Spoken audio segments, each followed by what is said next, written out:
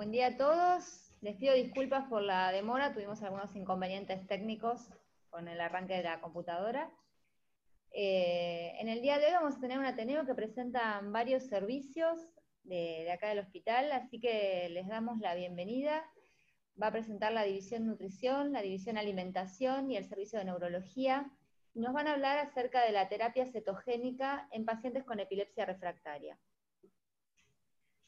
Los pacientes más complejos desde el punto de vista neurológico generalmente se ven en centros de referencia, pero todos los pediatras tenemos que conocer cuáles son las diversas modalidades de tratamiento, porque un paciente que es tratado por esta enfermedad en un centro de referencia va a tener un pediatra clínico de seguimiento que tiene que estar interiorizado, tal vez no en el detalle más fino, para eso están los especialistas, pero sí en conocer que existen determinadas modalidades terapéuticas y dónde se realizan. Por esto les damos, como siempre, la bienvenida a todos los que nos escuchan desde el hospital, desde el resto de la ciudad, desde el interior del país, todos son bienvenidos. Recuerden que todos los servicios van a poner sus mails y sus contactos para que puedan hacer las consultas que necesiten, así como en la página del Hospital de Niños también los pueden encontrar. Voy a dejarlos con la doctora, ¿quién empieza? No, Matías. Perdón. Con el doctor Matías Viris de Neurología. A Matías te invito a que abras tu micrófono. Sí, ya estoy. Buenísimo. ¿Y yo te voy pasando las diapositivas? Perfecto, gracias. Bueno, buenos días a todos y muchas gracias por la invitación, no solo como individuo, sino como equipo, que es justamente la primera filmina que nosotros queremos poner, que es el equipo interdisciplinario, que trabaja sobre terapias cetogénicas en epilepsia refractaria en el hospital. Aquí están los nombres, solo algunos de nosotros vamos a exponer en el día de hoy. Mi nombre es Matías de Iuli, yo soy neurólogo infantil de planta del hospital. Y bueno, un poco queríamos arrancar la presentación hablando sobre las epilepsias refractarias. Esta es la próxima filmina. ¿Por qué sobre las epilepsias refractarias? Creo que esto hace aún más interesante el Ateneo de hoy, porque no solamente, digamos, en la filmina anterior, por favor, no avancen. No solamente, digamos, por la dieta cetogénica es importante este Ateneo, sino porque la dieta cetogénica nosotros la vamos a considerar en los pacientes con epilepsias refractarias fundamentalmente, y para eso primero queríamos un poquito conversar sobre este concepto. Muchas veces van a escuchar que se utiliza el término epilepsias fármaco-resistentes, epilepsias que no responden al tratamiento.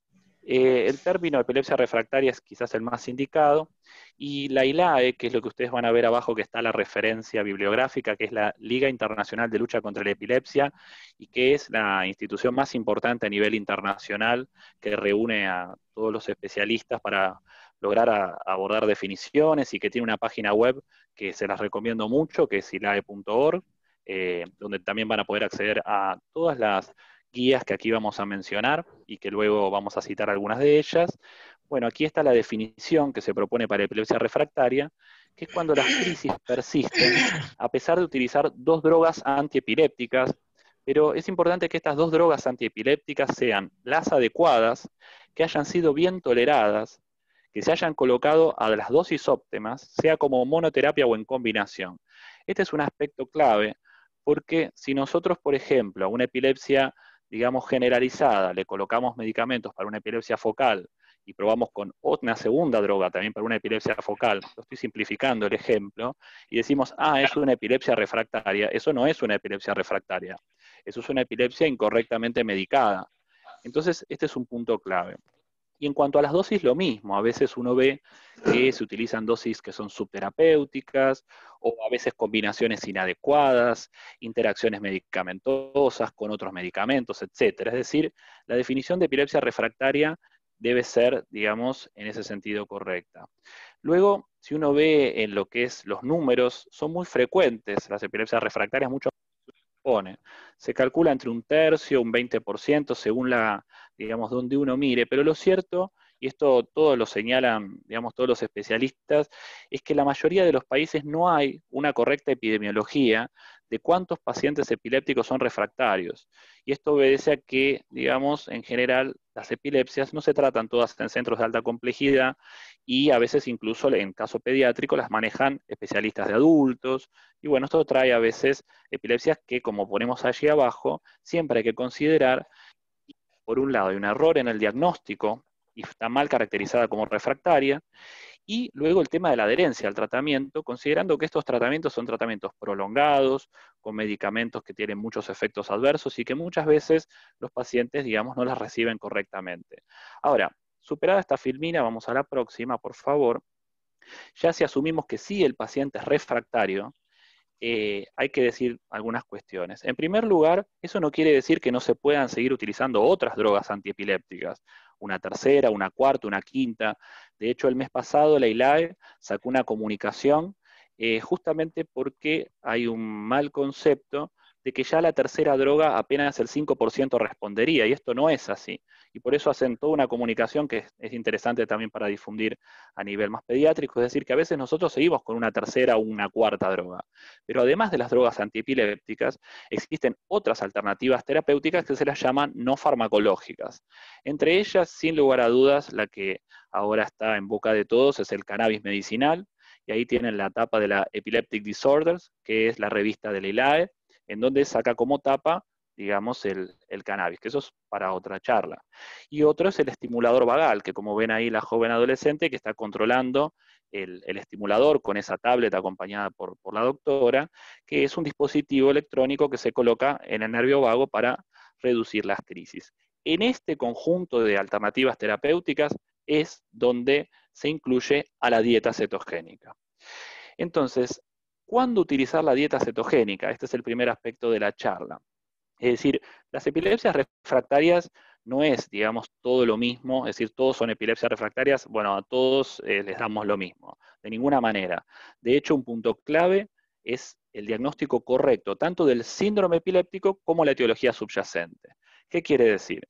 El síndrome epiléptico hacemos referencia a qué tipo de crisis clínicas tiene el paciente, tiene crisis tónico-clónicas, ausencias, tiene caídas, que son los drops attack. ¿Qué tipo de electroencefalograma tiene el paciente? ¿Es un paciente que tiene un síndrome de West, un síndrome de Lennox-Gastaut? Y por detrás, ¿qué etiología subyacente hay? ¿La conocemos? ¿Presuntamente genética? ¿Es un error congénito del metabolismo? ¿Tiene una malformación cerebral? Bueno, esto va a definir en buena parte el tratamiento. Y algo que, digamos, en epilepsias refractarias es como para nosotros siempre una bandera roja es, ¿nos estaremos perdiendo la oportunidad de una alternativa neuroquirúrgica? Esa es una pregunta obligatoria que nos tenemos que hacer. Porque muchas veces, y aquí puse como ejemplos, la esclerosis mesial del lóbulo temporal, que es la principal causa de epilepsia focal refractaria en adolescentes y adultos jóvenes, y las displasias corticales, que son malformaciones del desarrollo cortical, que muchas veces, a veces, no es tan sencillo que con una neuroimagen, a veces una resonancia puede pasarse por alto, una pequeña displasia, y uno buscándola minuciosamente. Por supuesto, esto queda a resorte del especialista, pero quiero decirlo de que si uno tiene un paciente como pediatra que tiene un diagnóstico de epilepsia refractaria, lo que uno debería preguntarse es, ¿ha sido bien estudiado? ¿Conocemos la causa de esta epilepsia refractaria? Esto es lo que nosotros queremos hacer hincapié con esta filmina. Próxima, por favor. Bueno, en esta foto que ven está el doctor Mazzola. Acá este es un video electroencefalograma, es una de las técnicas que uno puede utilizar para ver si la crisis, en el momento que el paciente tiene la convulsión, recordemos que las epilepsias refractarias tienen muchas convulsiones por día, 10, 20, 30 crisis por día, es decir, lo internamos 24 horas y podemos dejarlo conectado al paciente y ver con el holter de electro que habrán visto que en la sala muchas veces se hace, el paciente toca un botón y vemos si en ese momento tiene algún tipo de descarga. Y a veces se puede conectar también con un video y entonces vemos también el movimiento filmado, que eso es lo ideal, y si en simultáneo tiene un registro ictal, porque nosotros, en general, los electroencefalogramas que hacemos son en el periodo interictal, es decir, el paciente no está convulsivando en el momento de los electros que hacemos en el servicio. Sin embargo, en las epilepsias refractarias es frecuente que podamos acceder a un registro ictal. Abajo la resonancia, que es el otro pilar diagnóstico, y todo el equipo de neuroimágenes, que es muy importante y decisivo en epilepsias refractarias, y luego al lado está el simbolito de la neurona, que no es solamente la neurofisiología, sino también la neurogenética, que es clave en epilepsias refractarias, los paneles de encefalopatías epilépticas y demás. Próxima. Entonces, bueno, las indicaciones de la dieta, ahí tienen algunos síndromes específicos que yo no quería ahondar en esto, pero simplemente los dejamos ahí para que ustedes los vean, pero no es a cualquier síndrome epiléptico, sino que hay algunos en los cuales es más eficiente. Y no solamente por síndrome epiléptico, sino también en algunas entidades particulares, por ejemplo, algunas enfermedades metabólicas como el déficit de GLUT1, que es un transportador de glucosa que permite el pasaje de la glucosa al cerebro, y el déficit de piruvato deshidrogenasa, que es un tipo de enfermedad mitocondrial. Es decir, en algunas enfermedades en particular es muy efectiva la dieta. Próxima. Pero también hay contraindicaciones absolutas. Es decir, son raras las contraindicaciones absolutas, pero nosotros tenemos que considerarlas. Hay algunas enfermedades metabólicas, explicar cómo funciona la dieta, pero si uno hace cetosis y estos pacientes no pueden metabolizar los ácidos grasos, condicionamos un catabolismo proteico que puede producir una acidosis metabólica y muerte. Y bueno, ahí están escritas las principales entidades que nosotros consideramos. Hay banderas rojas, ¿no?, de estas enfermedades como las cardiopatías, problemas, digamos, de intolerancia al ejercicio y musculares, porque tiene que ver con el transporte de estos ácidos grasos justamente a la mitocondria a través de traslocasas, que no tiene sentido aquí ahondar, pero debemos considerar estas contraindicaciones absolutas. Esto es más de resorte del especialista. Próxima. Entonces, ¿cómo evaluamos la eficacia de la dieta cetogénica? Por un lado, el objetivo, por supuesto, es reducir las crisis convulsivas. Entonces, las familias tienen un calendario en donde van registrando las crisis y cada tipo de crisis. A veces logramos reducir algunas de las crisis, no todas, y un objetivo muy importante es tratar de disminuir las internaciones, los estatus epilépticos, y a veces logramos también ir reduciendo las otras drogas antiepilépticas que tiene. Todo eso hace a la eficacia. Nosotros decimos que es eficaz si reduce a la mitad el número de crisis, y eso se ve hasta en un 60% de los casos, pero existe hasta un 10% de los pacientes que quedan libres de crisis. Próxima. Pero además se reportan otros beneficios en dieta cetogénica, ya voy terminando, faltando filminas, que son la calidad de sueño, el estado de alerta, la comunicación, interacción social, es decir, otros beneficios. No solamente buscamos reducir la cantidad de crisis convulsivas, sino que también aspiramos a otros beneficios que están reportados en la bibliografía. Allí está María Marta, la licenciada en Psicopedagogía del Servicio, está haciendo un test de WISC, y bueno, todos estos beneficios también deben ser medidos. Próxima. ¿Cuánto se sostiene la dieta? Bueno, en primer lugar, para decir que la dieta no funcionó, como mínimo hay que esperar 2 meses. Si bien uno puede tener algunos hallazgos a los 15 días, nosotros decimos, bueno, no funcionó, para poder sacarla por lo menos esperar 2 meses, siempre y cuando, por supuesto, no haya intolerancia o efectos adversos que obliguen a detenerla antes. Ahora, si nosotros estamos considerando la dieta cetogénica en un paciente que tiene convulsiones, es clave que no le estén cambiando otros tratamientos. Si el paciente se interna y está haciendo las convulsiones de siempre, que no se lo impregne, que no se le pasen otros medicamentos, porque nosotros así nunca podemos evaluar. Y esto a veces que nosotros tratamos de conversarlo muy bien, lo hablamos con las familias, lo hablamos en las salas, para que cuando inician un tratamiento esto no se modifique así. Y bueno, pasamos a la próxima. Allí están las guías que les voy a dejar, que son las 2 guías que ustedes pueden acceder en la página del ILAE. La primera guía internacional fue en el año 2008 y se volvió a revisar hace 2 años. Próxima, esta es la última filmina. En esta filmina lo que queremos marcar es que la ILAE hace mucho hincapié en cómo todo lo que uno le exige a veces de estudios para ingresar en dieta se está tratando de adecuar a lo que son los países en vías de su desarrollo. Y ahí ven un mapita en donde la Argentina, este estudio de la ILAE es de 2015, ya figura pintada como un país con dieta cetogénica, y allí tienen abajo nuestro consenso nacional del año 2014, que es el primer consenso que se hizo en la Argentina, del cual participó, entre otros colegas, Corina, que es la doctora que me va a continuar ahora en la exposición. Bueno, muchas gracias. Corina.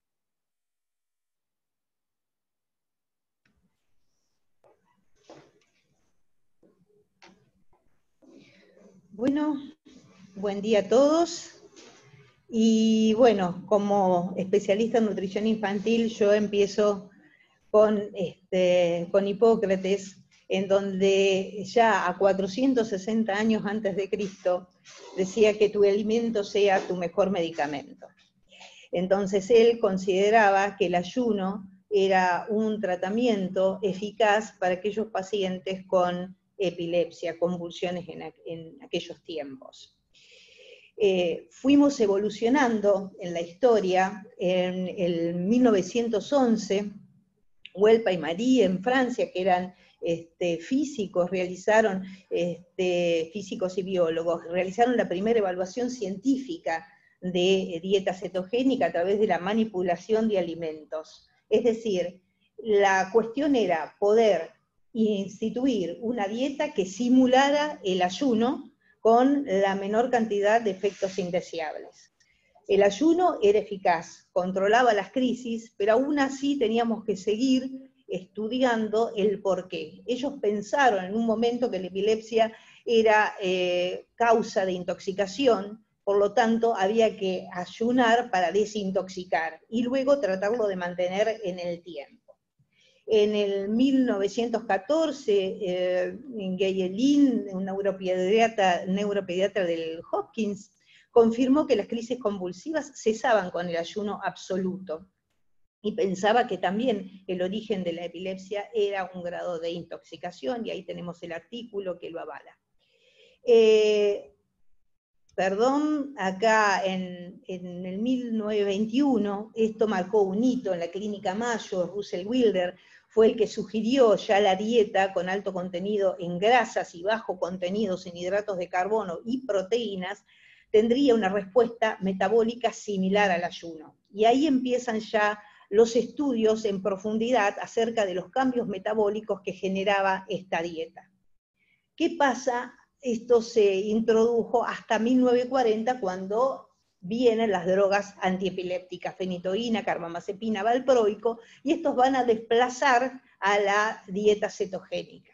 Y no se vuelve a hablar más de dieta cetogénica hasta 1993, donde gracias a que Charlie, un lactante con epilepsia parcial refractaria, cuyo papá era un importante productor de Hollywood, tiene una epilepsia refractaria que es tratada en el Johns Hopkins con dieta cetogénica. Como esto fue tan efectivo, su papá empezó a hacer programas por la televisión, distribuyendo y haciendo hincapié en el uso de la dieta en epilepsia refractaria, hasta llegar a fundar la Charlie Foundation, que hasta hoy es, es una organización para ayuda para todos aquellos niños del mundo con epilepsia refractaria.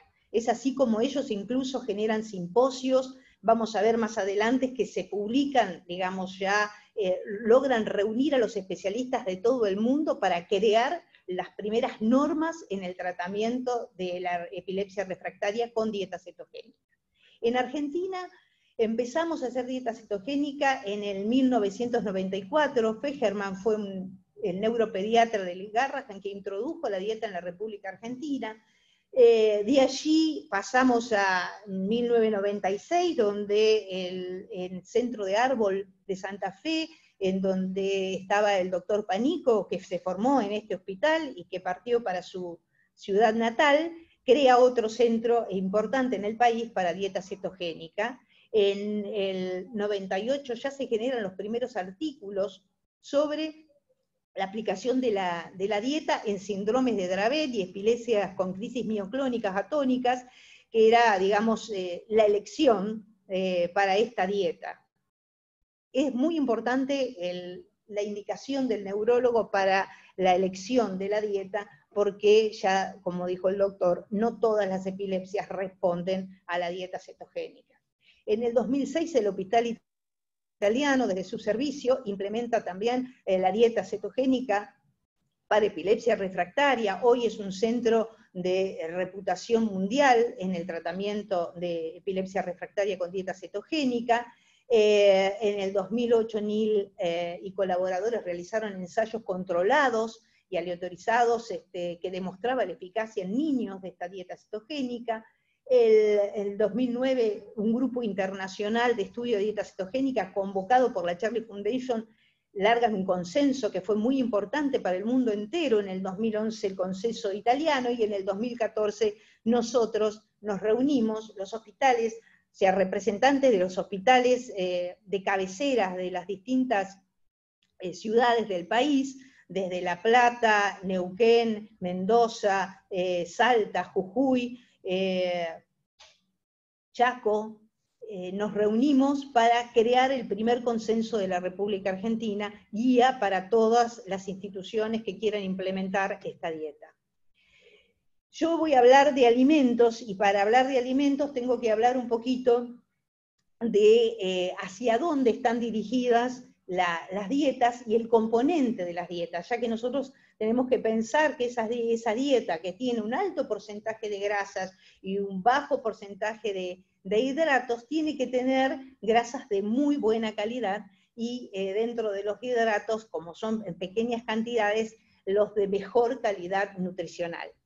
Entonces, me voy a hablar rápidamente de los mecanismos moleculares de la epilepsia, porque hacia ahí está apuntada la dieta cetogénica. La epilepsia, como causa de epilepsia, sabemos que es una alteración entre la excitación y la inhibición, y en ella intervienen los canales iónicos y neurotransmisores. Todas las mutaciones producidas en las células neuronales, mutaciones que están dirigidas hacia los canales, producen una hiperexcitación neuronal, tanto los canales de sodio, de potasio, de calcio, así como las alteraciones a nivel de los neurotransmisores, fundamentalmente el GABA, todas producen una hiperexcitabilidad. El estrés oxidativo tiene un papel muy importante en la epilepsia. Todas las especies reactivas de oxígeno, como los superóxidos, radicales de hidroxilo y el peróxido de hidrógeno, son producto, en realidad, diario, cotidiano de la respiración mitocondrial o por activación de enzimas celulares. Entonces así se producen el óxido nítrico sintetasa, la ciclooxigenasa, la xantinoxigedasa, la citocromo P45, todas ellas producen estos radicales libres. Ahora bien, nosotros tenemos un mecanismo compensador a través de la glutatión peroxidasa, las tiorridoxinas, que son las que evitan que esos radicales libres produzcan daño a nivel celular. ¿Qué pasa en la epilepsia? Cada vez que tenemos convulsiones, liberamos radicales libres. Esos radicales libres peroxidan a las proteínas, a los lípidos y al ADN celular, produciendo una alteración a nivel de las membranas. Entonces allí hay alteración de los receptores, hay alteración de los canales iónicos que alteran esa estabilidad electroquímica de las membranas, produciendo una hiperexcitabilidad y prolongándola en el tiempo. Entonces, esto se puede producir tanto a nivel de epilepsias adquiridas, por una encefalitis hipóxico-isquémica, por un traumatismo cráneoencefálico, o sea, aquellas que son secundarias a una injuria a nivel celular, o aquellas que son por alteraciones genéticas a nivel de los genes que controlan las proteínas producidas para regular los canales de sodio, de potasio y de calcio. Hay otro mecanismo que es el mecanismo de la inflamación, ya que cada vez que nosotros tenemos una convulsión enfrente tenemos que pensar que hay liberación de citoquinas. Fundamentalmente, por ejemplo, las más estudiadas son la interleuquina 1B, que tiene no solo mutaciones de novo, sino que es liberada por las glías y los astrocitos cuando se produce una convulsión. Estas liberan estas citoquinas y, como sabemos, las citoquinas van a producir una lesión también a nivel de membranas que alteran de alguna manera también los canales y los canales de sodio, potasio, calcio, etc. La dieta cetogénica es una selección en donde nosotros vamos a seleccionar aquellos alimentos que tienen un alto contenido en grasa y vamos a aportar muy pocos hidratos de carbono con un aporte proteico que va a ser acorde a la edad de nuestro paciente. se instaura como un tratamiento no farmacológico y muy efectivo ya a partir, digamos, de 1921 está establecido como tratamiento. Nosotros nos basamos en una pirámide nutricional que es totalmente diferente a la habitual, donde hay una base que es muy rica en grasa, luego le siguen las proteínas, muy pequeñas porciones de hidratos que están aportados por las verduras fundamentalmente. El esquema del metabolismo de los hidratos es el siguiente: nosotros normalmente funcionamos como glucosa, glucólisis, vamos hacia la acetilcoenzima A, la acetilcoenzima A va al ciclo de Krebs. Acá, como no tenemos glucosa, bajamos el aporte, son los ácidos grasos los que van a intervenir a través de la beta-oxidación. La beta-oxidación lleva a la acetilcoenzima A más acetilcoenzima A se desvía hacia la síntesis de los cuerpos cetónicos. Esos cuerpos cetónicos, que son el ácido hidroxibutírico, la acetona y el ácido acético, fundamentalmente la acetona es volátil, por lo tanto se elimina por la respiración y por eso tenemos aliento cetónico, pero el aceto acético y el ácido hidroxibutírico son los que pasan a circulación, y de la circulación fundamentalmente es el aceto acético el que es transportado a nivel de la barrera hematoencefálica llegando al cerebro. Estos cuerpos cetónicos lo que hacen es disminuir la excitabilidad neuronal, en el caso del acetoacetato, porque inhibe los transportadores vesiculares de glutamato. Y el glutamato es el que se encuentra en la sinapsis, y al impedir el transporte hacia las vesículas del glutamato, el glutamato queda libre, pasa a glutamina y la glutamina pasa a GABA. GABA es un neurotransmisor inhibidor. Eso es uno de los efectos, digamos, importantes de la dieta. Y por el otro lado, hay un aumento en la producción mitocondrial de ATP que parte de los cuerpos cetónicos y disminuye, obviamente, la producción por vía glicolítica. Estos cuerpos cetónicos, además, sobre los canales de potasio, por lo tanto, también disminuyen la excitabilidad. Con respecto a los nutrientes funcionales, o sea, además de esta dieta que tiene, decimos, mucha grasa, dentro de esa mucha grasa que le damos, hay componentes que son fundamentales y que intervienen en lo que es la neurotransmisión. Veamos, uno de ellos son los ácidos grasos poliinsaturados, los aceites. Los ácidos grasos poliinsaturados, rápidamente, son 3 omegas y 6 omega a grandes rasgos. Los 3 omegas son los que se encuentran en los pescados, por eso es importante incorporar en la dieta el salmón, el atún, la caballa, nueces y almendras en las colaciones que les damos a los niños, y semillas como la chía. De estos, el docosahexaenoico y el eicosapentanoico, que son 3 omega, se encuentran en los aceites de pescado, mientras que el alfa-linoleico, que es los 6 omega, es componente de aceites vegetales. Y vamos a ver que en la cadena de elongación termina en ácido araquidónico. El más importante es el docosahexaenoico. Es componente estructural de las membranas neuronales y es el que va a modular las propiedades biofísicas de esas membranas. Esto es la regulación de esos canales de calcio, de fósforo y de sodio, de potasio y de sodio. Y la señalización de los neurotransmisores, fundamentalmente porque regula el receptor de GABA. Los PUFA tienen efectos antioxidantes y antiinflamatorios porque además van a contrarrestar los efectos de los radicales libres sobre las membranas. Son componentes de membrana, por lo tanto, una de las funciones principales es la regulación de estos receptores. La vitamina D3 es importante porque tiene también su poder en la disminución de la hiperexcitotoxicidad a nivel de las membranas de las neuronas. Esta se encuentra en los pescados de mar. Nosotros la podemos producir a través del sol o la podemos ingerir a través de pescados de mar. Otra vez, bacalao, salmón, sardinas son importantes en la ingesta de la dieta cetogénica.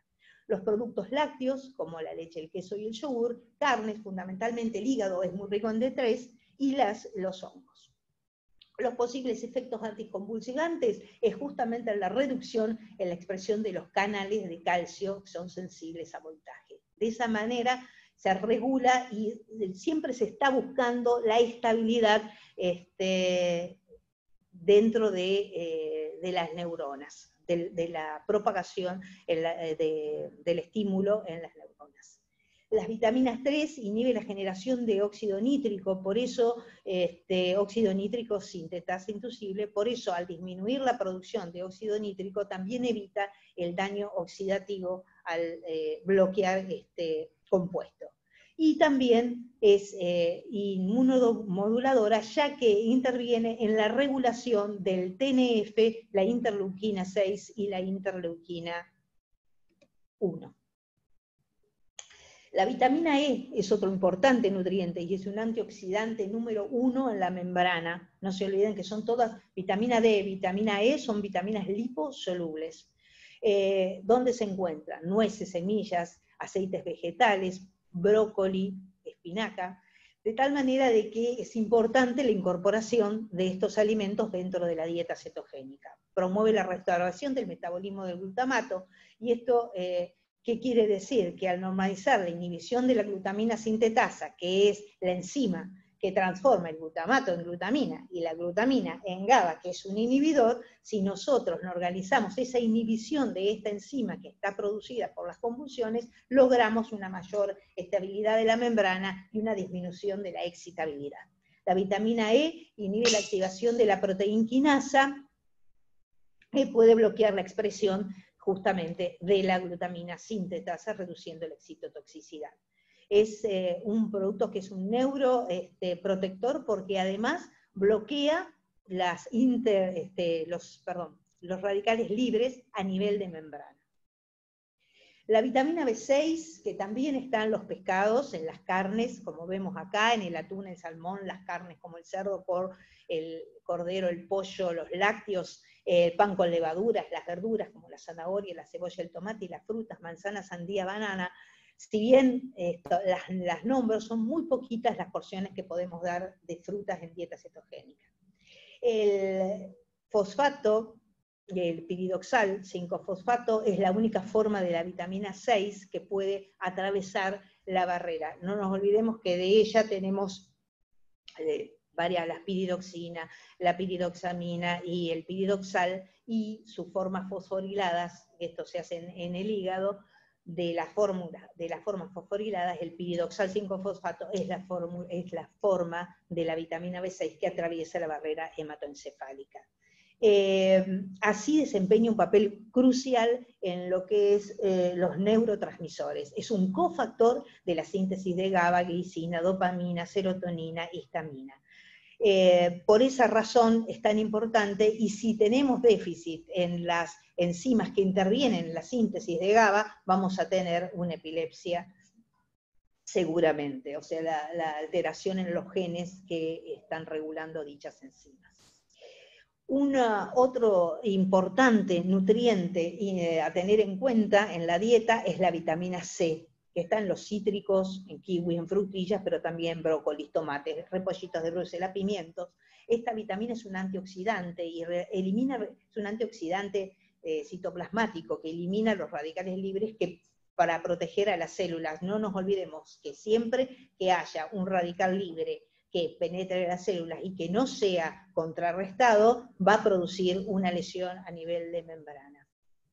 Entonces, y con ello los canales, y con ello la transmisión a través de las mismas. Entonces llevan a, por eso es la importancia en el estrés oxidativo de la vitamina C, cofactor de la conversión de dopamina a norepinefrina, con eso también regula la síntesis de neurotransmisores. Y el piruvato, que es muy importante en lo que es el metabolismo de la glucosa, que también entra en el ciclo de Krebs para producción de ATP, también es importante en la regulación. Al producir ATP, regula las ATPasas de los canales de sodio y de potasio, y de esta manera también da una estabilidad a nivel de membranas. Voy a mostrarles una pequeña experiencia, que es la nuestra, la del hospital. Ya llevamos 23 pacientes tratados desde el 2014 a la fecha. Ellos, los síndromes, digamos, fueron derivados estos niños por el servicio de neurología, y fíjense que tenemos Lennox-Gastaut, que ocupa la cabeza de las derivaciones de neurología en nuestro servicio, esclerosis tuberosa, tuvimos 2 déficit de Glut1, síndrome de Dravet, 3 síndrome de West, 4 una ICARDI que incluye el síndrome de West, y un niño con enfermedad mitocondrial. Los pacientes que tenemos de las edades son muy variables, van desde los 3 meses, que los tuvimos en terapia intensiva, hasta los 17 años, y de ellos 19 pacientes recibieron dieta cetogénica clásica y 4 recibieron Atkins modificada, que ya después Fabiola les va a explicar cuál es la diferencia entre una y otra. La Atkins modificada da un poquito más de hidratos de carbono, con lo cual permite ampliar los componentes de la dieta. La efectividad que tuvimos es la del 65%, es decir, logramos un control mayor del 50% en 65% de nuestros pacientes, lo cual condice con la literatura. Y 15 pacientes, entre 2 y 3 años de tratamiento, no alcanzo a leer, de esos 15 pacientes tuvieron una dieta de alrededor de 2 a 3 años. Con respecto a los adversos, los factores adversos, en general son factores adversos muy leves los que tenemos. ¿Cuál es el factor más frecuente? Son los vómitos. ¿Por qué? Porque estos niños, por su patología neurológica y por su tratamiento anticonvulsivante, tienen un retraso en el vaciamiento gástrico, muchos de ellos tienen gastritis, muchos de ellos tienen reflujo gastroesofágico, de tal manera que todos ellos los iniciamos con prokinéticos y regulamos de alguna manera la velocidad de infusión de fórmulas o la frecuencia de las comidas para tratar de que estos sean tolerados. Con respecto a las suspensiones, que es lo que se borró en la otra, tuvimos chiquitos que suspendieron, 4 suspendieron, 3 fueron por intolerancias y 1 por la mala adherencia, digamos, al tratamiento. Así que un poquito esto es lo que les quise mostrar de lo que estamos haciendo, cuál es la finalidad desde el punto de vista nutricional, y ahora los voy a dejar con Fabiola para que les explique cómo llevamos adelante este tratamiento. Adelante, Fabi. Fabi. Hola, ahí me saqué el audio, ¿me escuchan? Ahí está. Hola, ¿cómo les va? Yo soy Fabiola, pertenezco también al servicio de nutrición, y bueno, agradezco a Corina como mi mentora que me introduzco en esta pasión que es la dieta cetogénica. Bueno, yo les voy a explicar un poco qué hacemos desde el servicio de nutrición cuando recibimos a este paciente que viene derivado ya del servicio de neurología y en el cual ya indicaron la dieta cetogénica, es decir, el servicio de neurología es el indicador de la dieta cetogénica y nosotros, junto con las nutricionistas, seríamos los efectores de la dieta cetogénica. La dieta cetogénica tiene 4 etapas y todas ellas son muy importantes. La etapa de la preadmisión, la etapa de la inducción, el mantenimiento y la discontinuación. Cuando nosotros recibimos un paciente, en la agenda del pediatra nutricionista y en cada una de estas etapas que les mencioné, va a estar la valoración clínico-nutricional, el abordaje integral de ese paciente y la solicitud de un laboratorio en donde vamos a chequear deficiencias, vamos a monitorear si hay efectos adversos y posteriormente tratarlos. El diseño de la dieta cetogénica lo vamos a hacer de manera conjunta con las licenciadas en nutrición. Y bueno, siempre saber que estas dietas son deficitarias en micronutrientes y desbalanceadas en macronutrientes, entonces es lo que vamos a tener que suplementar. Siguiente diapo, por favor. Bueno, como les dije, el inicio de la dieta no es un evento, sino un proceso. Y en esta preadmisión, el médico nutricionista realiza una valoración nutricional completa en donde chequea el crecimiento de ese chico. Los pacientes con patologías neurológicas muchas veces tienen un déficit de crecimiento o un grado de desnutrición, y todo eso hay que abordarlo y tratarlo o chequearlo. En la anamnesis alimentaria vamos a ver el estado de deglución, cómo deglute ese paciente. Muchas veces no está chequeado, pero estos chicos vienen con microaspiraciones y nunca se chequeó la deglución y vienen alimentados por vía oral. Tenemos que indagar sobre las alergias alimentarias y las intolerancias que tiene, porque como dijo Corina, muchos de ellos van a ser tratados con alimentos por vía oral. Vamos a ver cómo se alimenta ese paciente, la vía de alimentación, si recibe alimentos por vía enteral, si tiene sonda nasogástrica, si ya viene con una gastrostomía. Dentro de la valoración vamos a hacer el cálculo del requerimiento calórico y el requerimiento hídrico de ese paciente y el diseño de la dieta, como les van a explicar más adelante las nutricionistas. En esta etapa de preadmisión vamos a evaluar también y vamos a decidir junto con los neurólogos si va a ser necesaria la internación del paciente o vamos a poder hacer un tratamiento ambulatorio que es de lo más reciente que se viene. En el pedido de laboratorios, que los vamos a ver en las siguientes diapositivas, les voy a especificar un poco qué es lo que vamos pidiendo. Y en esta etapa de preadmisión, lo más importante también es la cobertura, indagar sobre qué tipo de financiación o cobertura tiene ese paciente, porque es una dieta muy cara, los insumos, las leches y las harinas con las que tenemos que diseñar la dieta no son posibles de hacerlo sin una cobertura social.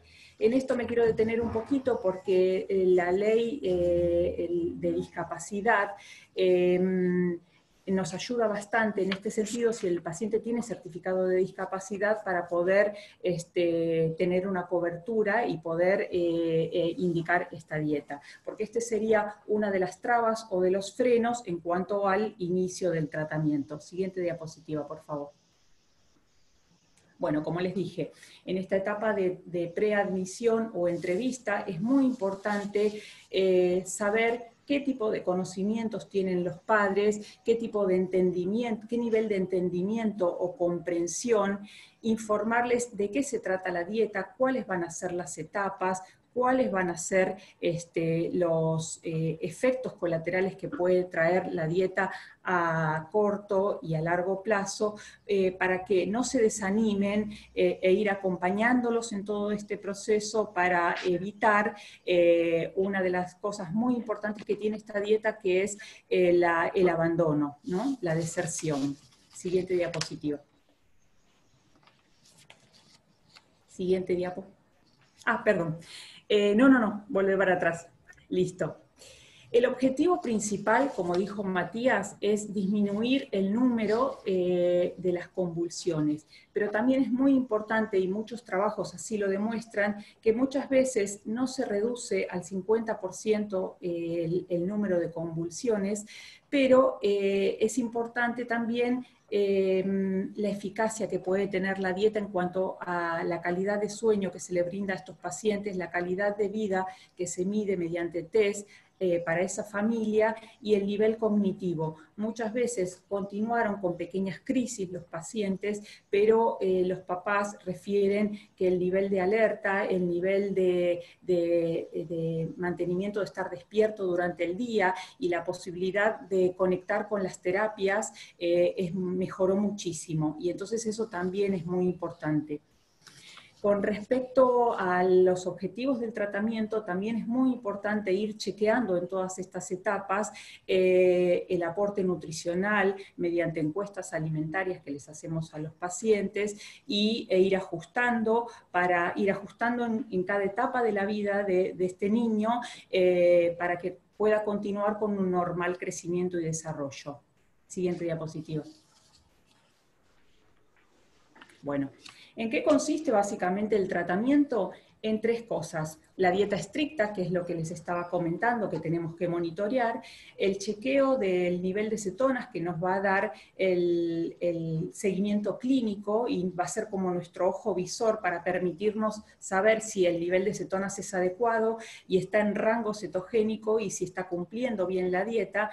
Esto lo vamos a hacer, puede ser hecho en sangre o en orina. En orina vamos a medir cetonas y en sangre vamos a medir beta-hidroxibutirato. Los niveles en rango se encuentran entre 50 y 160 si lo hacemos en orina, y en sangre entre 2 y 6 milimoles por litro. De esa manera podemos considerar que el paciente se encuentra en rango terapéutico, en rango cetogénico.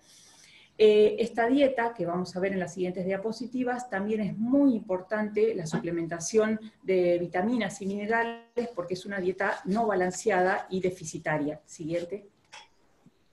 Bueno, como les dije recién, es una dieta en la cual tenemos que hacer permanentes suplementaciones, sobre todo si el paciente recibe alimentos por vía oral, debido a que las fórmulas de por sí ya vienen suplementadas. Estos suplementos tenemos que tener en cuenta que no pueden contener hidratos de carbono, es decir, no pueden recibir jarabes, tienen que ser en comprimidos, y generalmente se van a tratar de multivitamínicos. Tenemos que suplementar calcio y vitamina D, zinc, hierro, carnitina, sobre todo porque nos va a ayudar en esta generación de cetosis y porque muchos anticonvulsivantes nos producen esta deficiencia previa. De hecho, muchos pacientes vienen con esa deficiencia antes de empezar la dieta. Y el citrato de potasio, que nos va a permitir alcalinizar la orina, mejorar la acidosis crónica que produce el estado crónico de cetosis y la hipercalciuria. Siguiente diapositiva.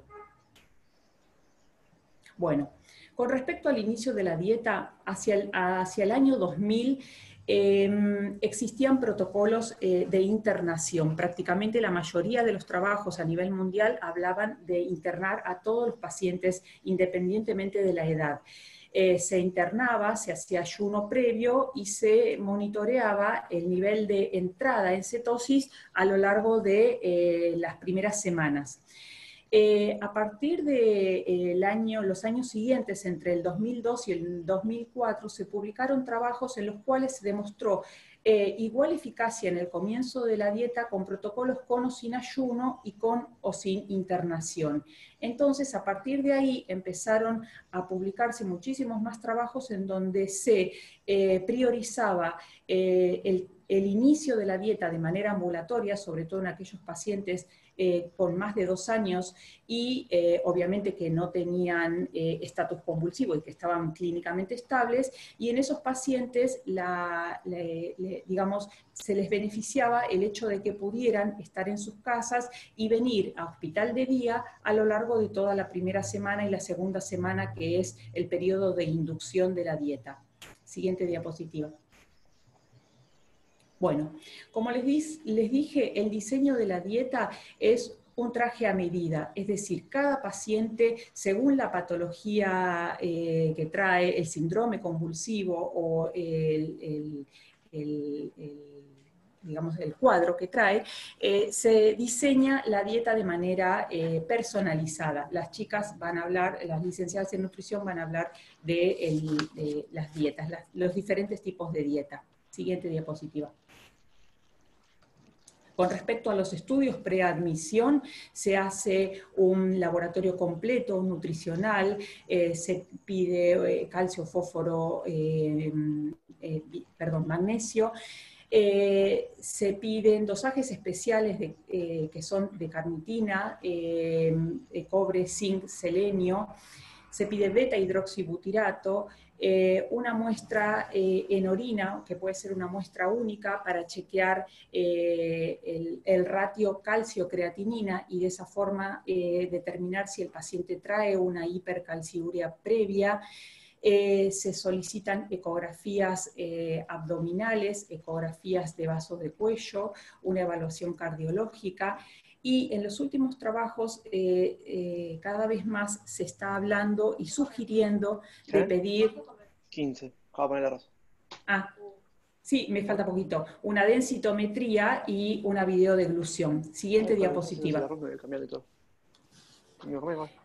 Bueno, con respecto a los efectos adversos de la dieta, lo importante es saber que no condicionan la continuidad de la dieta, que son prevenibles, que hay que monitorearlos, que se pueden anticipar y que se pueden tratar. Y en caso de que ninguna de estas cosas funcione, sí habría que plantear la discontinuación de la misma. Bueno, Corina ya habló un poquito con respecto a los agudos. Los más importantes en la etapa de la inducción son los gastrointestinales, la hipoglucemia, la deshidratación y la acidosis metabólica, la dislipemia, que es reversible, y con respecto a los crónicos, lo que hay que chequear y lo que habría que monitorear, en los trabajos está sugiriendo que se monitoree y se estudie, se hagan trabajos prospectivos con respecto a las alteraciones del crecimiento del metabolismo mineral óseo. Bien, siguiente diapositiva. Bueno, como les explicaba, con respecto al mantenimiento, lo más importante, además de todo este chequeo que les estuve contando, es el trabajo interdisciplinario, la comunicación con los diferentes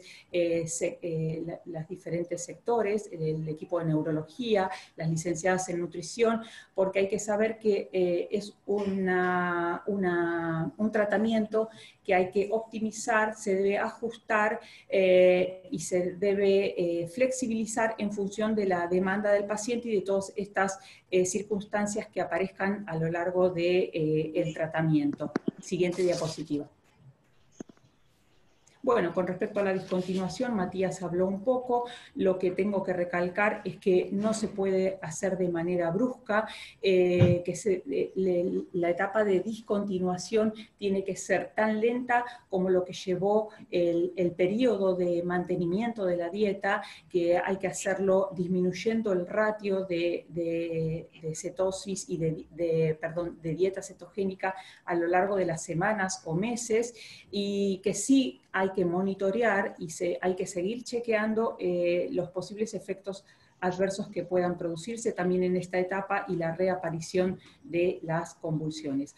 Una última cosa que no puse en la diapositiva es que estamos intentando evaluar, diseñar protocolos de actuación para colgarlos en la página web del hospital para todos los pediatras, para las situaciones especiales de intercurrencias que puedan tener estos pacientes, periodos de ayuno o cirugías. Bueno, listo, yo ya terminé. Pasa ahora a hablar las licenciadas en nutrición. Silvi, te cedo el paso. Gracias, Fabiola. Bueno, primero quiero agradecer esta invitación al equipo de neurología, el servicio de neurología y del servicio de nutrición. Somos de la división de alimentación. Mi nombre es Silvi. ¿Se escucha? ¿Se escucha? Sí, Silvi. Bueno, mi nombre es Silvina.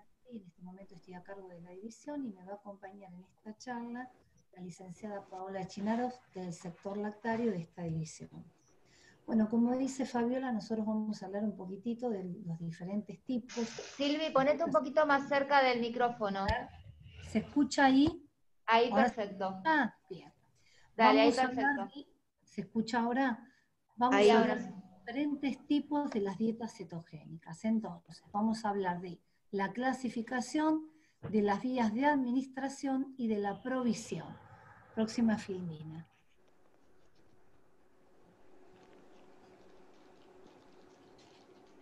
A ver. La próxima.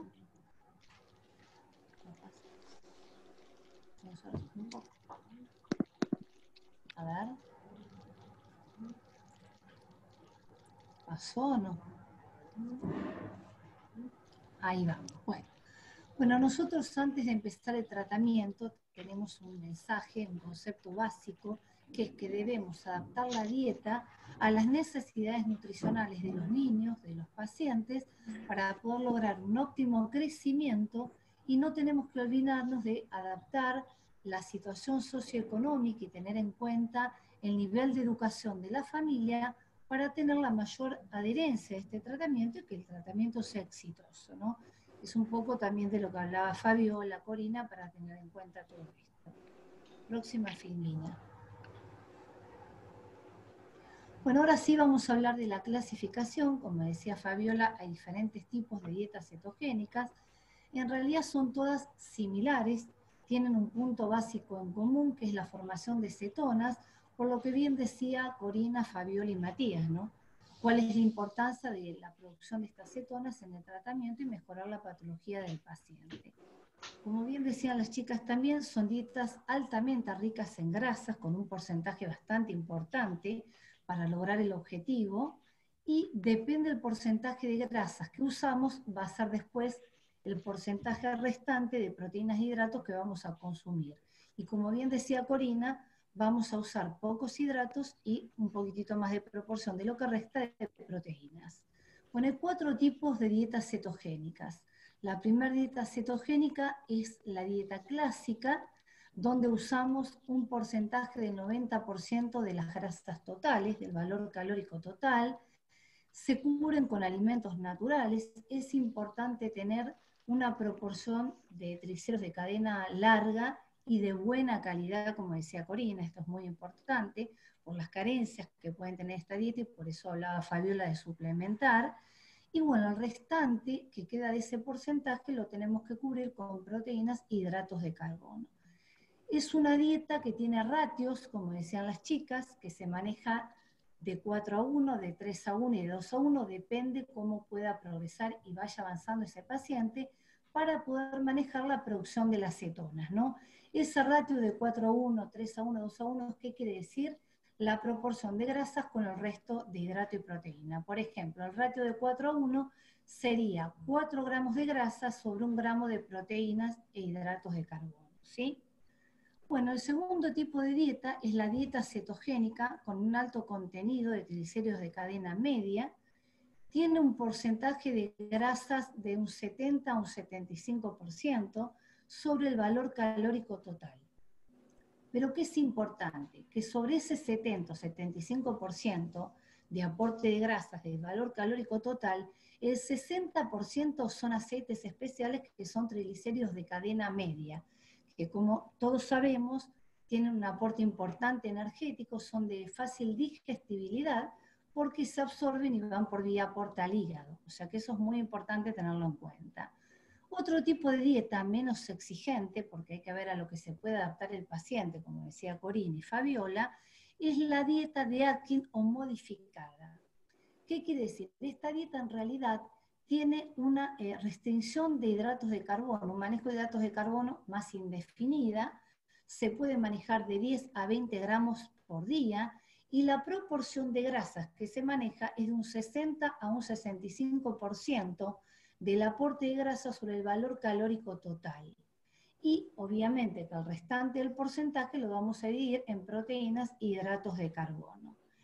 Y por último hay una dieta que es la menos restrictiva, que es la dieta cetogénica de bajo índice glucémico, que en realidad maneja un porcentaje de grasa menor, con menos exigencia, maneja un 60% del aporte de grasa sobre el valor calórico total, y si bien los hidratos de carbono se restringen también, como decían las chicas, es muy selectivo el aporte, el consumo de hidratos de carbono que se maneja acá. Se permiten el consumo de hidratos de carbono con un bajo índice glucémico, en lo posible menor a 50.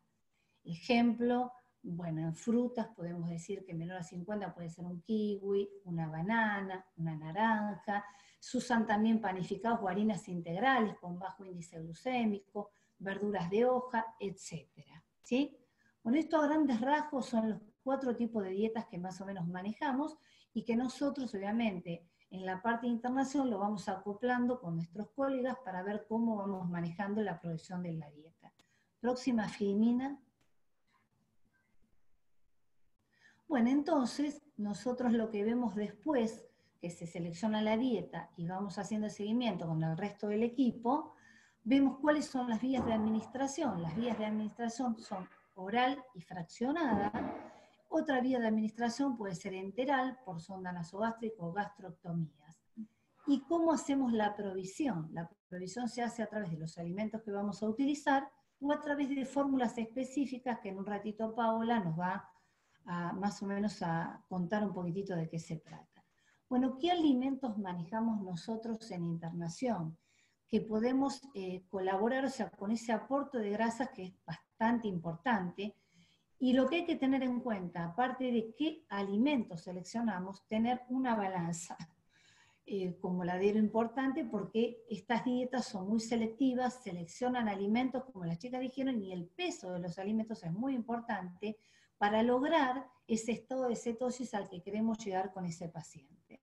Bueno, los alimentos que nosotros manejamos internación con un aporte de grasa importante es crema de leche, aceites, quesos, margarina, mayonesa, yemas de huevos, y también para, o sea, cubrir el aporte proteico usamos grasas de tipo de vaca, de pollo, usamos vegetales de tipo B, zanahoria, zapallitos, zapallo, gelatina dietética, y bueno, se puede ampliar de acuerdo al requerimiento. Y lo que es importante también, mencionarle al paciente que aparte de estos alimentos naturales que vamos proporcionando, hay alimentos que se pueden comprar a nivel comercial, que son harinas, premezclas, panificados, barras de cacao, que son cetogénicas como para poder acoplar a esta alimentación y poder ayudar a la producción de cetonas. Y bueno, en realidad podemos ampliar un poco más los alimentos, obviamente, depende del paciente si está de alta o está internado, el manejo obviamente va a ser diferente. Y bueno, y le doy el paso a Paola para que hable de fórmulas específicas para el manejo de este tratamiento.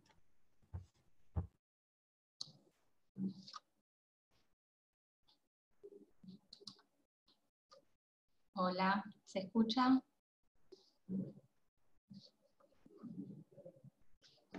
Sí, Paola, se te escucha muy bien. No estaba viendo la pantalla, ahí está. Bueno, para los que no me conocen, soy Paola Chinaroff, la jefa del lactario, suelo ser una voz en el teléfono, como siempre digo. Agradezco la invitación y vamos rápido a pensar en cómo sería una dieta cetogénica por vía enteral. Lo que es importante definir es que dentro de los tipos de dieta, que vimos que hay varios, vamos a usar una dieta cetogénica clásica cuando vayamos a emplear esta terapéutica en este tipo de pacientes. ¿Qué elementos tenemos que considerar? Como ya se mencionó, es la vía de acceso, podrá ser una sonda nasogástrica o una gastrostomía. Acá quiero remarcar la importancia de la preadmisión. Es muy importante detenerse en este ítem para poder conocer lo que el paciente venía recibiendo previo al inicio de la dieta. Es decir, qué tipo de fórmula se empleaba, una fórmula con o sin lactosa, no es lo mismo, una fórmula con o sin aporte de fibra, cuál era el volumen diario en cuanto a líquidos que el paciente recibía, cómo es su fraccionamiento habitual de su dieta, en cuántas tomas, en cuántos horarios. ¿Para qué? Para poder adaptar la dieta nueva lo máximo posible a lo que el paciente venía realizando. Otro de los ítems fundamentales es tener en cuenta la modalidad de inicio. Hoy tenemos muchos estudios que nos demuestran que el paciente tiene menos intolerancias y menos sintomatología asociada a las intolerancias, sobre todo digestivas, cuando se da inicio a este tipo de dietas con una relación de tipo 1:1, es decir, 1 gramo de grasa para 1 gramo de hidratos de carbono y proteínas. Y paulatinamente se va progresando en esta relación, incrementando el aporte de grasas.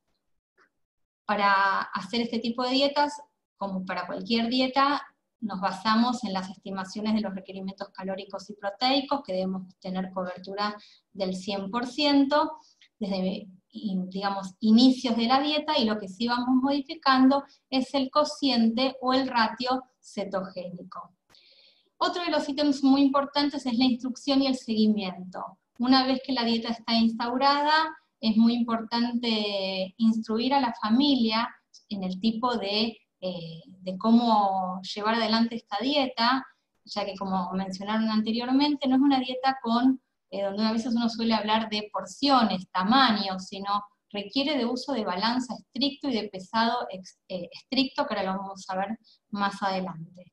Vamos a ver de qué fórmulas disponemos y ciertas ventajas que cuento yo cuando pienso en alimentación enteral versus la vía oral. Siguiente.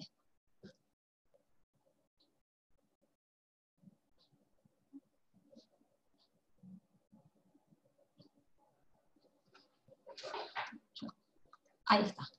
Inicialmente este tipo de dietas se empezaron a hacer con módulos de hidratos, módulos de proteínas y módulos de grasas, pero eran altamente insuficientes, especialmente en micronutrientes, y generaban mucho malestar gástrico, con lo cual, con el correr de los años, fueron surgiendo y cada vez más fórmulas comerciales. Acá vemos 3 latas, que son las 3 fórmulas en polvo que disponemos hoy.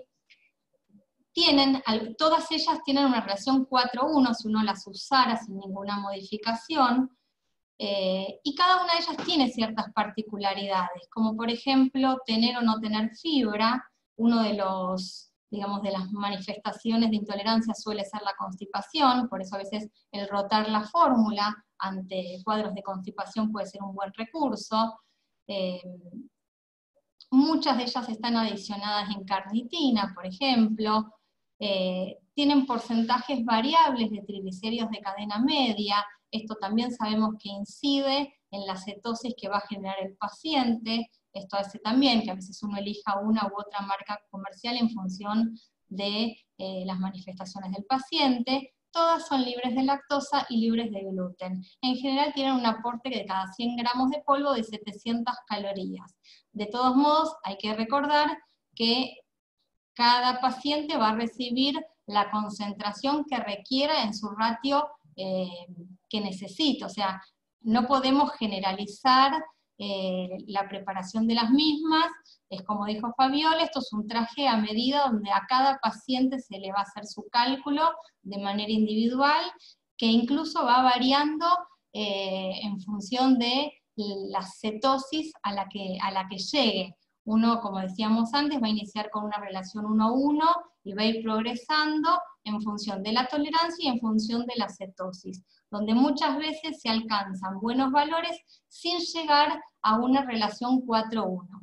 Abajo vemos 2 presentaciones en formato líquida, son brick, que son listos para usar, vienen saborizados. El de la izquierda tiene una relación de tipo 4:1, el de la derecha una relación 2.5:1, se pueden usar por vía oral o vía enteral.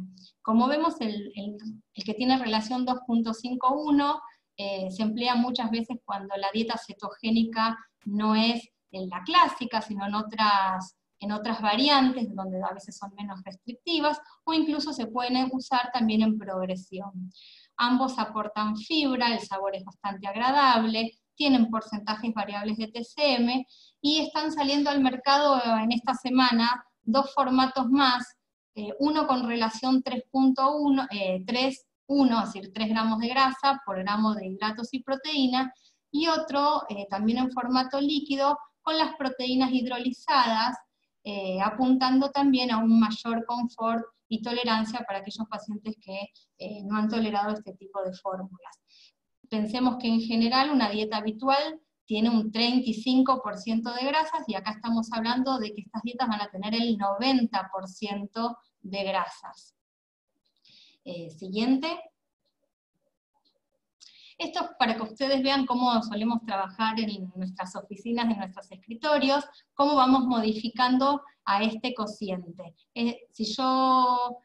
Nosotros encolumnamos el producto o el alimento, los gramos que vamos a usar, y la composición nutricional.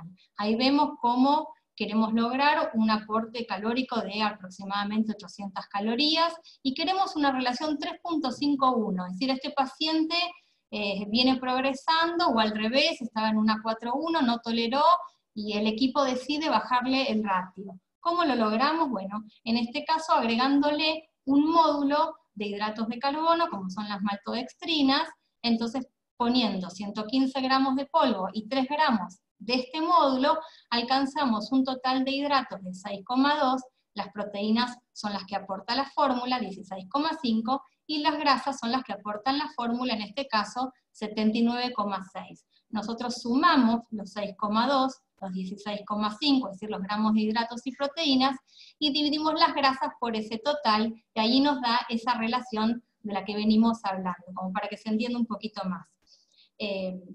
Si vemos en este caso, esto se va a llevar, estos gramos de polvo, en el volumen de líquido, el requerimiento hídrico que tenga este paciente.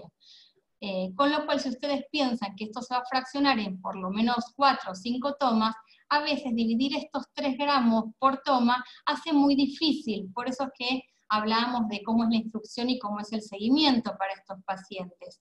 Este es un ejemplo donde a veces les solemos sugerir preparar el volumen total y fraccionarlo al momento de la administración. ¿Por qué? Porque si tuviésemos que dividir esos 3 gramos sería casi imposible. Pero como ven, son 3 gramos, insisto en esto, en las cantidades y en la precisión. Siguiente. Siguiendo con este tema de la instrucción, no solo vamos entonces a enseñarle a esta familia cómo preparar, cómo es el uso correcto de la balanza, la reconstitución, cómo va a fraccionar la dieta, sino también es muy importante hacer hincapié en lo que hace normas de inocuidad para prevenir lo que denominamos las ETAs, que son las enfermedades de transmisión alimentaria, que una dieta cetogénica no está exenta de estos riesgos, y la importancia a veces de llevar registros, no solo de control de crisis, sino también en relación a la alimentación. Siguiente. Y por último, para mencionar, hay ciertas ventajas en la dieta cetogénica por vía enteral que tienen que ver con la restrictividad de la dieta. Claramente, al ser una dieta tan restrictiva y no tener en cuenta los hábitos y costumbres del niño de la familia, se corre con cierta ventaja, y esto incide en el control de crisis y en la menor discontinuación de la dieta. Claramente la instrucción es mucho más sencilla, no hay variantes, no hay cansancio del paciente. El cálculo, como vieron, es mucho más sencillo, agregar algunos polvos que todo un listado extenso de alimentos. La adherencia obviamente asociada a todo esto, los errores se minimizan, y la necesidad de suplementación también hay que considerarla porque disminuye, ya que las fórmulas son completas en relación a lo que hacía micronutrientes en general. Bueno, esto es todo, más rápido. Muchas gracias.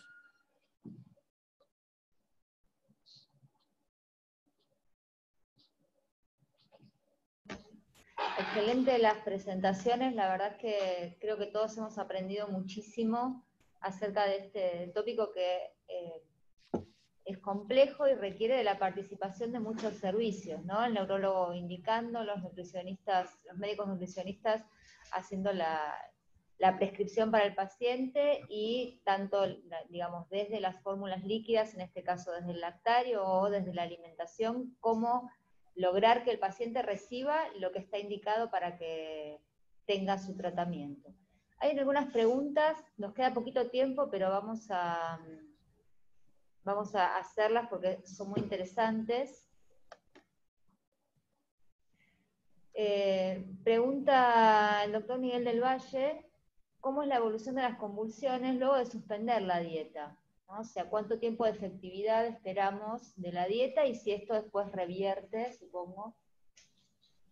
Se espera que una vez suspendida la dieta, el paciente siga con el mismo ritmo de frecuencia de convulsiones. Por ahí Matías puede tener más experiencia en el seguimiento.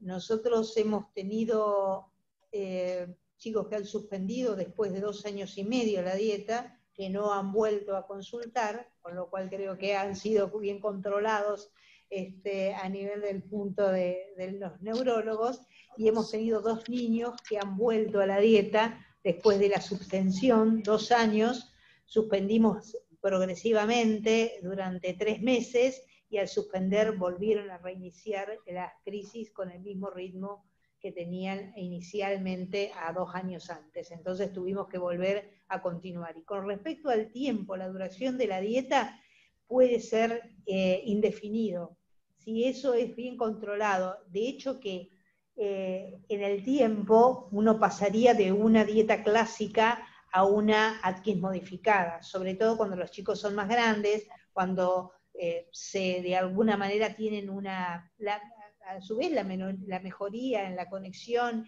y en las actividades, al mejorar y al hacerse mucho más sociales, entonces tenemos que tener en cuenta de ampliar un poquito, de ser un poco más elásticos y pasar a una Atkins modificada. De esa manera podemos sostenerla en el tiempo que sea necesario. Perfecto. Agregando un poco a lo que dice la doctora Corina, bueno, hay muchos estudios que ni siquiera nosotros mismos los conocemos ni nadie, porque por ejemplo pacientes con déficit de GLUT1 que comenzaron la dieta hace 7, 8 años, han llegado a edades en donde de repente uno hace estos cambios de dieta y de alguna manera también a nivel internacional se está viendo a veces qué hacer, cuándo prolongar algunos casos como la esclerosis tuberosa. En relación también, digamos, un poco a la ocurrencia, dependerá de cómo le fue al paciente, digamos, con la dieta, porque a veces, como nosotros lo mencionamos, no esperamos que queden libres de crisis, sino que a veces reduzcan las crisis, y bueno, eso se irá evaluando según cada caso, es muy dependiendo del paciente. Hubo una pregunta que yo leí en el chat, así aprovecho también, que es ¿por qué no usamos de inicio la dieta cetogénica? Es decir, sin usar ningún fármaco antiepiléptico. Esta misma pregunta nos las hacen con el cannabis, es una pregunta muy frecuente. Las familias dicen, bueno, si con el cannabis va a andar, ¿por qué vamos a esperar usar otros medicamentos antes? La combinación de dos drogas antiepilépticas correctamente indicadas es por lejos lo que mayor eficacia tiene. Si ustedes se fijan, es decir, ¿cuántos pacientes quedan libres de crisis, absolutamente libres de crisis con dieta cetogénica? Estamos hablando del 10%. ¿Está? En cambio, nosotros estamos hablando que alrededor del 65-70% de los pacientes quedan libres de crisis con dos fármacos. Es notable la diferencia, por eso no es de primera indicación de ninguna manera, con excepción de entidades en las cuales indicamos igualmente la dieta, como mencionamos el GLUT1 o el déficit de piruvato deshidrogenasa. Hay casos en los cuales la utilizamos igual, pero porque sabemos que además reporta otros beneficios. Tampoco acá mencionamos otras entidades en las cuales la dieta se utiliza, incluso en entidades no epilépticas, muchas de ellas, por ejemplo, movimientos anormales, algunas relacionadas también al GLUT1. Ahí preguntan también, combinación de cannabis y dieta, si se hace. Bueno, una cosa que quiero decir respecto a esta pregunta, hay que tener paciencia con estos tratamientos. Es decir, si uno inicia la dieta, al mes siguiente quiere hacer cannabis, después le cambia el fármaco, nunca va a saber a qué está respondiendo el paciente. Eso es lo que yo quise hacer hincapié en la exposición. Si nosotros tomamos la decisión de iniciar la dieta, hay que darle un tiempo y naturalmente, digamos, luego podrá o antes o después utilizarse el cannabis. Respecto a los medicamentos, una consideración. Siempre hay que darlos, digamos, sin que contengan todos los excipientes, los medicamentos, hay que tomar algunos, digamos, recaudos, pero sí, hay pacientes que reciben cannabis y en simultáneo o posteriormente han recibido la dieta. No es una contraindicación en ese sentido, pero hay que ver si están bien indicados y los tiempos. Y todo es cada paciente. Mañana tenemos una reunión por Zoom con genética, errores congénitos del metabolismo, neurocirugía por un paciente, que es un paciente que estamos discutiendo si lo vamos a operar antes o vamos a iniciar la dieta. Es un paciente con una sospecha de un error congénito del metabolismo. En fin, es decir, cada paciente debe, digamos, discutirse y por eso quisimos hacer esta presentación interdisciplinaria, porque sin trabajo en equipo no hay dieta cetogénica que valga, y eso quizás es lo que nosotros quisimos más hacer hincapié y decir que en el hospital esto funciona, que en el hospital tenemos la posibilidad, que en el hospital público lo puede brindar y que adecuaremos a las posibilidades socioeconómicas, a las posibilidades, digamos, de cómo la va a recibir, etcétera, según cada caso en particular, y así lo charlamos y así lo trabajamos. Bueno, muchas gracias, Matías, por responder las preguntas. Corina y a todo el equipo, la verdad que un placer escucharlos. Les pedimos disculpas si alguna pregunta quedaba fuera, pero dado que ya nos pasamos un montón del horario, vamos a dejarlas sin responder. Quiero también saludar especialmente a toda la gente del interior que está escuchando el Ateneo, tienen los servicios a través de la página del hospital para las consultas y aquello que necesiten. Y como siempre, un placer verlos a todos, ver a a los médicos que ya no vienen al hospital, pero que se siguen formando y se siguen conectando al Ateneo, y los esperamos a todos la semana que viene con un Ateneo que va a presentar el servicio de quemados. Muchas gracias y un aplauso muy fuerte de todos para los que tenemos aquí. Nos vemos la próxima.